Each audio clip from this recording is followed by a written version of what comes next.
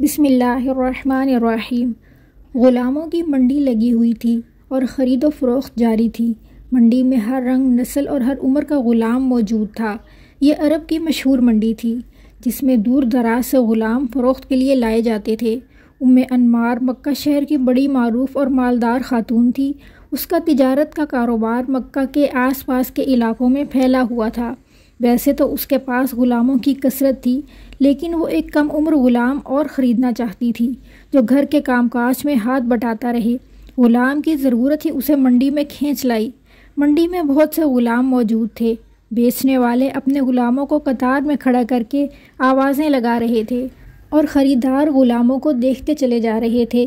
انہی میں انمار بھی قطار در قطار کھڑے غلاموں کو دیکھتی جا رہی تھی۔ ایک جگہ پہنچ کر وہ رک گئی۔ اس کا چہرہ مسرت سے دمک اٹھا۔ وہ جس کی تلاش میں تھی وہ اسے مل گیا تھا۔ اس کے سامنے ایک بچہ کھڑا تھا۔ صحت مند بچے کے چہرے سے شرافت کا نور ٹپک رہا تھا۔ بچہ ابھی بلوغت کی عمر کو نہیں پہنچا تھا۔ یہ اس کے کھیل کود کے دن تھے، مگر وہ غلام تھا، منڈی میں بکنے کے لیے کھڑا تھا۔ پہلی نظر میں ہی بچہ انمار کے دل کو لگا۔ پسند آتے ہی اس نے مالک سے بات کی، قیمت طے ہوئی اور وہ ادائیگی کر کے بچے کو گھر لے آئی۔ تمہارا نام کیا ہے؟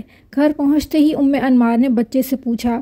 خباب، بچے نے جھجکتے ہوئے جواب دیا۔ اور تمہارے باپ کا نام؟ الارض۔ کہاں سے آئے ہو؟ نجد سے۔ تم عربی ہو؟ ہاں۔ کس قبیلے سے تعلق ہے؟ بنو تمیم سے۔ پھر تم غلام کیسے بن گئے؟ خباب کی آنکھوں میں اداسی چھا گئی۔ اسے اپنے بچپن کے حسین دن یاد آنے لگے جب وہ اپنے ہم عمر بچوں کے ساتھ کھیلا کرتا تھا، ماں باپ اور بہن بھائیوں میں خوش رہتا تھا۔ وہ آزاد تھا، کھیلتا کھاتا، جو دل چاہتا وہ کرتا۔ تو مکہ کے سوداگروں کے ہاتھ کیسے آئے اور یہاں منڈی میں کیسے؟ انمار نے دوبارہ پوچھا تو خباب خیالات کی دنیا سے باہر آ گیا۔ انمار کے سوال پر اس نے دکھی لہجے میں جواب دیا۔ کچھ عرصہ پہلے کی بات ہے، بنو تمیم کی جس بستی میں ہم رہتے تھے، عرب کے کچھ لٹیروں نے اس بستی پر حملہ کر دیا۔ ڈاکوؤں نے گھروں میں موجود تمام مال و اسباب لوٹا، مردوں کو قتل کر دیا اور عورتوں اور بچوں کو قید کر کے اپنے ساتھ لے گئے۔ میں جس ڈاکو کی قید میں تھا، اس نے مجھے ایک آدمی کے ہاتھ بیچ دیا اور میں آزاد آدمی سے غلام بن گیا۔ جس آدمی نے مجھے خریدا، اس نے کچھ دیر اپنے پاس رکھا، پھر اگلے آدمی کے ہاتھ بیچ دیا۔ اس طرح بکتے بکتے میں اس منڈی میں پہنچ گیا اور آج آپ مجھے خرید کر لے آئی ہیں۔ انمار نے خباب کی درد بھری کہانی سنی تو اداس ہو گئی۔ خباب نے چھوٹی عمر میں بہت دکھ سہے اور کئی افراد کی غلامی میں رہ کر بہت کچھ سیکھ لیا۔ انمار نے اس کی صلاحیتوں کو بھانپ کر اپنا ارادہ بدلا اور گھر کا کام کاج کروانے کی بجائے اسے مکہ کے مشہور اسلحہ ساز آدمی کا شاگرد بنا دیا۔ وقت گزرتا گیا اور خباب آہستہ آہستہ اسلحہ سازی میں مہارت حاصل کرتا رہا۔ پھر ایک روز وہ بھی آیا کہ خباب ایک ماہر اسلحہ ساز بن گیا۔ لوگ دکان پر آ کر اس کی تلواریں دیکھتے اور خوب تعریف کرتے۔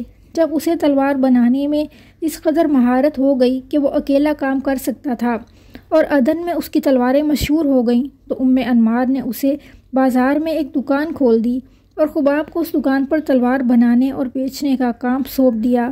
انمار نے خباب کو چھوٹی عمر میں منڈی سے خریدا تھا۔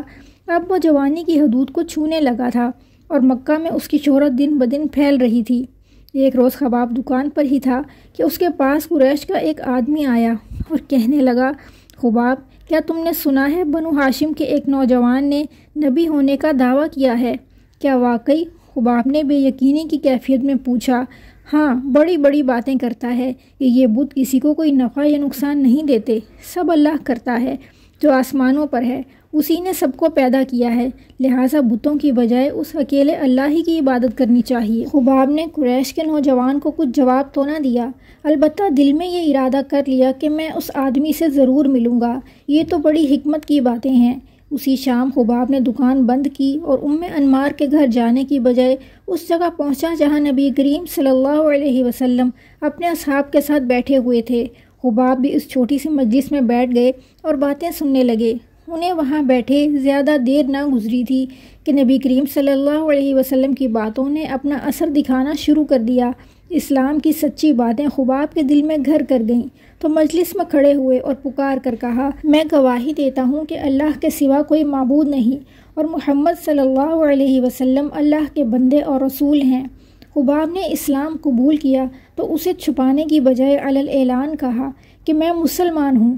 یہ اعلان بنو خزاعہ کے ایک نوجوان نے سنا تو بھاگ کر انمار کے پاس گیا اور کہا، انمار، تمہیں خبر ہے کہ تمہارا غلام خباب بے دین ہو گیا ہے؟ نوجوان نے بے دھڑک بتا دیا۔ یہ سنتے ہی انمار کا چہرہ غصے سے سرخ ہو گیا۔ وہ اپنے بھائی صبا بن عبدالعزیٰ کے پاس گئی اور اسے خباب کے مسلمان ہونے کی خبر دی۔ صبا بھی خباب کے ایمان لانے کی خبر سن کر سیخ پا ہو گیا۔ وہ اسی وقت تیش سے اٹھا اور خباب کی دکان پر پہنچ گیا۔ خباب، سنا ہے تم بے دین ہو گئے ہو؟ نہیں، ایسی بات تو نہیں، بلکہ میں تو اب دیندار ہوا ہوں۔ حضرت خباب رضی اللہ تعالی عنہ نے نرمی سے جواب دیا، کیا تو نے بنو ہاشم کے نوجوان محمد صلی اللہ علیہ وسلم کی پیروی نہیں شروع کر دی؟ صبا نے تل ملاتے ہوئے کہا۔ خباب نے جواب دیا، ہاں یہ بات تو ہے، لیکن اصل میں بے دین نہیں ہوا، بلکہ میں تو اللہ وحدہ لا شریک پر ایمان لایا ہوں۔ اب چونکہ میں ایک اللہ کو اپنا معبود مانتا ہوں، اس لیے میں نے تمام بت پھینک دیے ہیں۔ حضرت خباب رضی اللہ تعالی عنہ ابھی اپنا جواب مکمل بھی نہ کر پائے تھے کہ صبا نے انہیں مارنا شروع کر دیا۔ وہ خباب کے اسلام کا یوں اظہار اور اپنے خداؤں کی نفی برداشت نہ کر سکا۔ صبا کے ساتھ جو لڑکے آئے تھے انہوں نے بھی جو ہاتھ آیا دکان سے اٹھایا اور حضرت خباب رضی اللہ تعالی عنہ کو پیٹنا شروع کر دیا۔ ظالموں نے انہیں اس قدر مارا کہ وہ اتنی مار برداشت نہ کر سکے، لڑکھڑا کر گرے اور بے ہوش ہو گئے۔ ان کے جسم پر ہر طرف زخموں کے نشان تھے اور ان سے خون بہہ رہا تھا۔ حضرت خباب رضی اللہ تعالی عنہ اپنی دکان پر بے ہوش پڑے تھے۔ انہیں اسلام قبول کرنے کی وجہ سے پڑنے والی مار کی خبر پورے مکہ میں پھیل چکی تھی۔ ایک غلام کی جرت اور انہیں یوں مارنے پر جو سنتا حیرت میں ڈوب جاتا۔ قریش کے سرکردہ لوگوں تک خبر پہنچی تو وہ بھی حیران ہوئے۔ قریش کے سردار نے مجلس میں بیٹھے ایک آدمی سے کہا، جب سے محمد صلی اللہ علیہ وسلم نے اپنے دین کی دعوت شروع کی ہے تب سے کئی آدمی اس کے ساتھ ملے تو ہیں، لیکن یوں علی اعلان ہمارے بتوں کو برا کہنے کی جرت آج تک انہیں نہیں ہوئی۔ ایک لوہار غلام سے اس جرت کی توقع ہرگز نہ تھی۔ اس روز قریش کے تمام سردار خانہ کعبہ کے پاس جمع ہو گئے۔ جب کوئی اہم فیصلہ کرنا ہوتا تھا تو مشاورت کے لیے وہ اسی جگہ جمع ہوتے تھے۔ مجلس میں مشاورت شروع ہو گئی کہ اس نوجوان سے کیسے نمٹا جائے، کسی اور کو ہمارے خداؤں کی توہین کرنے کی جرت نہ ہو۔ اجلاس کی صدارت ابو سفیان بن حرب، ابو جہل اور مغیرہ کا بیٹا ولید کر رہے تھے، جبکہ سرداروں کے علاوہ خباب کی مالکہ انمار اور اس کا بھائی صبا بھی اپنے حواریوں کو لیے بیٹھا تھا۔ ابو جہل نے غصے سے بھرے لہجے میں کہا، محمد صلی اللہ علیہ وسلم کی دعوت دن بدن پھیل رہی ہے۔ اسے روکنے کا ایک ہی طریقہ ہے کہ جس قبیلے کا کوئی فرد محمد کے دین پر ایمان لائے، وہ قبیلہ نہ صرف اس نوجوان کا بائیکاٹ کرے بلکہ اسے ہر طریقہ سے اس بات پر آمادہ کرے کہ وہ محمد کا دین چھوڑنے پر مجبور ہو جائے، چاہے اسے ماننے کی نوبت ہی کیوں نہ آئے۔ ابو جہل اسلام اور حضرت محمد صلی اللہ علیہ وسلم کے خلاف اپنی نفرت کا اظہار کرتے ہوئے بولا تو مجلس میں خاموشی چھا گئی۔ کسی کو اس بات سے کوئی اختلاف نہ تھا، گویا کہ سب کی بات اکیلے ابو جہل نے کہہ دی تھی۔ جو ہی مجلس ختم ہوئی، فیصلے کے تحت صبا بن عبدالعزیٰ اپنے قبیلے کے چند سرکش لوگوں کو ساتھ لیے حضرت خباب رضی اللہ تعالی عنہ کے پاس جا پہنچا۔ حضرت خباب رضی اللہ تعالی عنہ روز کی طرح دکان پر بیٹھے تلواریں بنا رہے تھے۔ صبا نے دکان پر جاتے ہی گرجدار آواز میں کہا، ہمارے ساتھ چلو۔ حضرت خباب رضی اللہ تعالی عنہ غلام تھے، لہٰذا چپ چاپ اس کے ساتھ چل دیے۔ صبا حضرت خباب رضی اللہ تعالی عنہ کو لے کر مکہ سے باہر کھلے میدان میں آ گیا۔ دوپہر کا وقت تھا اور گرمی کے دن، سورج کی تپش سے میدان میں ریت اور پتھر جھلس رہے تھے۔ خباب، قمیض اتار دو، صبا نے غصیلے لہجے میں حکم دیا۔ حضرت خباب رضی اللہ تعالی عنہ نے قمیض اتار دی۔ یہاں لیٹ جاؤ، صبا نے گرم ریت کی طرف اشارہ کرتے ہوئے کہا۔ حضرت خباب رضی اللہ تعالی عنہ ریت پر لیٹ گئے تو صبا نے پاس کھڑے لڑکوں کو اشارہ کیا۔ وہ اشارہ پاتے ہی ایک بھاری بھرکم پتھر اٹھا لائے۔ پتھر خباب کے سینے پر رکھ دو، صبا نے لڑکوں کو پھر حکم دیا۔ حکم پاتے ہی لڑکے بڑھے اور انہوں نے بھاری بھرکم پتھر خباب رضی اللہ تعالی عنہ کے سینے پر رکھ دیا۔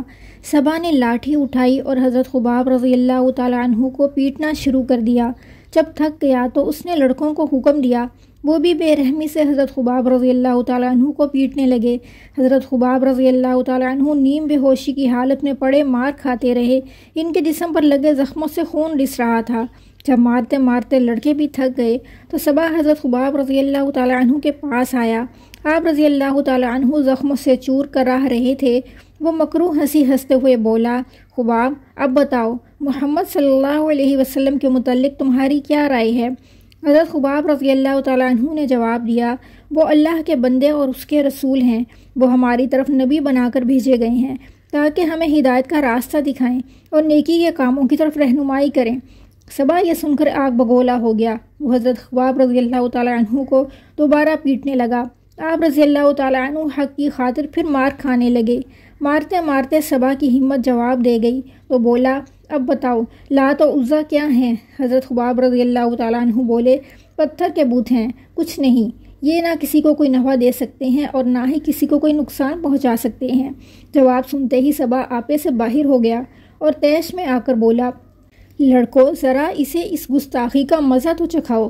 نوجوانوں کا ٹولہ حضرت خباب رضی اللہ تعالیٰ عنہ پر پھر ٹوٹ پڑا اور انہیں گھونسوں، سلاخوں اور پتھروں سے پیٹنے لگا۔ آپ رضی اللہ تعالیٰ عنہ مار کھاتے کھاتے بے ہوش ہو گئے، ان کے جسم سے خون بہنے لگا۔ حضرت خباب رضی اللہ تعالیٰ عنہ استقامت کا پہاڑ بنے مار کھاتے رہے اور اسلام پر ڈٹے رہے۔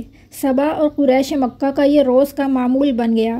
یوں ہی سورج کی تپش سے ریت گرم ہوتی، صبا حضرت خباب رضی اللہ تعالیٰ عنہ کو میدان میں لے جاتا اور انہیں گرم ریت پر لٹا کر ان کے سینے پر بھاری بھرکم پتھر رکھتا اور پیٹنا شروع کر دیتا۔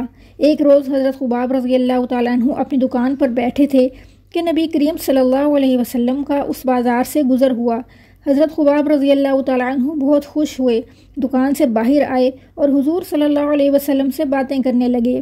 اس دوران ان کی مالکہ ام انمار ادھر آ نکلی۔ اس نے اپنے غلام حضرت خباب رضی اللہ تعالیٰ عنہ کو حضرت محمد صلی اللہ علیہ وسلم سے باتیں کرتے دیکھا تو تل ملا اٹھی۔ یوں ہی پیارے نبی صلی اللہ علیہ وسلم گئے، غصے سے بھری ہوئی اپنے بھائی صبا کے ساتھ حضرت خباب رضی اللہ تعالیٰ عنہ کے پاس آئی اور انہیں وہیں پیٹنا شروع کر دیا۔ صبا دکان کے اندر گیا، بھٹی سے گرم انگارے نکال کر زمین پر بچھا دیے اور حضرت خباب رضی اللہ تعالیٰ عنہ کو دہکتے ہوئے انگاروں پر لٹا دیا۔ حضرت خباب رضی اللہ تعالیٰ عنہ تکلیف کی شدت سے بے ہوش ہو گئے۔ ام انمار کا غصہ اس سے بھی ٹھنڈا نہ ہوا تو وہ بھٹی سے گرم سلاخ نکال لائی اور جلتی ہوئی سلاخ حضرت خباب رضی اللہ تعالیٰ عنہ کے سر پر رکھ دی۔ ام انوار کا ظلم اس قدر بڑھا کہ وہ آئے روز گرم سلاخوں سے آپ رضی اللہ تعالیٰ عنہ کا جسم داغنے لگی۔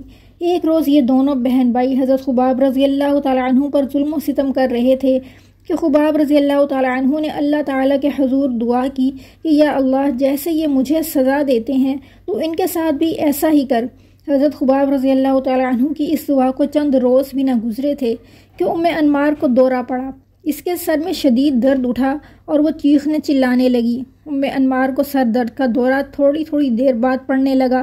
جب سر درد کی تکلیف ام انمار کی برداشت سے باہر ہو گئی تو اس کی حالت غیر ہونے لگی۔ ام انمار کے بیٹوں نے ماں کو درد سے کراہتے دیکھا تو اٹھا کر حکیم کے پاس لے گئے۔ اس زمانے میں حکیم داغنے سے علاج معالجہ کیا کرتے تھے۔ ام انمار کے لیے بھی انہوں نے یہی دوا استعمال کی اور آگ میں لوہے کی سلاخیں گرم کر کے ام انمار کے سر پر لگاتے رہے۔ یوں حضرت خباب رضی اللہ تعالیٰ عنہ کی دعا قبول ہوئی اور ام انمار کو اس کے کیے کی سزا کی جھلک دنیا میں بھی دیکھنا پڑی۔ حضرت خباب رضی اللہ تعالیٰ عنہ اسلام کی خاطر دکھ اور تکلیفیں سہتے رہے، مگر انہوں نے اپنی زبان سے کلمہ شہادت نہ چھوڑا۔ ان کی اس قربانی کی وجہ سے صحابہ کرام رضی اللہ تعالیٰ عنہ مجمعین کی نگاہوں میں وہ بڑی عزت رکھتے تھے۔ حضرت عمر رضی اللہ تعالیٰ عنہ کے دور خلافت کی بات ہے کہ کھجور کے پتوں سے بنی ہوئی چٹائی زمین پر بچھی ہوئی تھی تو مسند خلافت کہلاتی تھی۔ آپ اس پر بیٹھے کام کر رہے تھے کہ اچانک کمرے میں ایک آدمی داخل ہوا۔ سلام کی آواز سے کام کرتے خلیفہ کے ہاتھ رک گئے۔ خلیفہ نے سر اوپر اٹھایا تو خوشی سے ان کا چہرہ چمک اٹھا اور آنے والے فرد کو بڑے تپاک سے ملے اور اپنے برابر مسند خلافت پر بٹھایا۔ پھر آہستہ سے بولے، اس مسند پر بیٹھنے کے حقدار دو افراد ہیں، ایک بلال اور دوسرا خباب۔ ربیع الاول یکم ہجری کو حضرت خباب رضی اللہ تعالیٰ عنہ مکہ معظمہ سے ہجرت کر کے مدینہ طیبہ پہنچے۔ مسند احمد بن حنبل میں روایت ہے کہ حضرت خباب رضی اللہ تعالیٰ عنہ کہتے ہیں کہ میں نے صرف اللہ تعالیٰ کی خوشنودی کے لیے ہجرت کی تھی۔ فتوحات کا سلسلہ شروع ہوا تو حضرت خباب رضی اللہ تعالیٰ عنہ بن الارض حضور نبی کریم صلی اللہ علیہ وسلم کی میت میں شروع سے لے کر آخر تک تمام غزوات میں شریک ہوئے اور بہادری اور شجاعت کے وہ جوہر دکھائے کہ سنہرے حروف میں لکھنے کے قابل ہیں۔ ویڈیو پسند آئے تو چینل کو لائک اور سبسکرائب کیجیے اور کمنٹ سیکشن میں اپنی رائے کا اظہار کیجیے۔ اللہ تعالی ہم سب کا حامی و ناصر ہو۔